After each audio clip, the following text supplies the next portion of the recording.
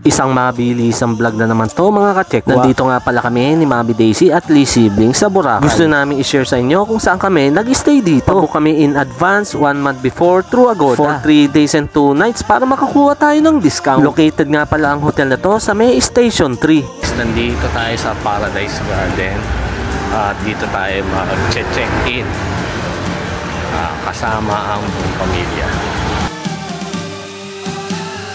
At sa pagpasok natin sa lobby nila ay napakaliwalas. Very aesthetic ang dating at bibigyan pa tayo ng welcome drinks na cucumber. At pagkatapos natin magpag-register at pinahatid na tayo sa kwarto. Dahil alam nila na napagod tayo sa biyahe at gusto na natin magpahinga. Ang kinuha pala nating room ay sa Country Yard Superior Room. At sa ngayon ipapakita ko sa inyo kung ano laman ng kwarto na to. May table and chair at dalawang bed at fully air condition. Merong rep at initan ng tubig. At meron ding mini bowl na para pagtaguan ng mga salaping dala natin. May cabinet na pwedeng pagsampayan ng mga damit natin. Maaliwalas na CR na may hot and cold shower. Malinis na toilet na may bidet. At kagandahan dito may mirror sa CR. Meron din television. Kaya all in all napaka-aesthetic ng kwarto nila. At ang kagandahan sa rooms natin ay paglabas natin ay merong swimming pool na 6 feet ang lalim. Napaka-nature at ang sarap tumambay dito sa labas. Ang good thing dito meron silang free breakfast buffet good for 2 packs. Kaya sa umaga pa lang ay siguradong busog ka na. Ang gustuhan namin dito sa Paradise Garden ay napaka-accessible. Madaling makapunta sa kalsada at lalong-lalo na sa may beachfront. Libre ang paggamit ng swimming pools nila kaya worth ang ating binayad. Kaya in-enjoy lang namin ang aming bakasyon kasama sila Lee Siblings.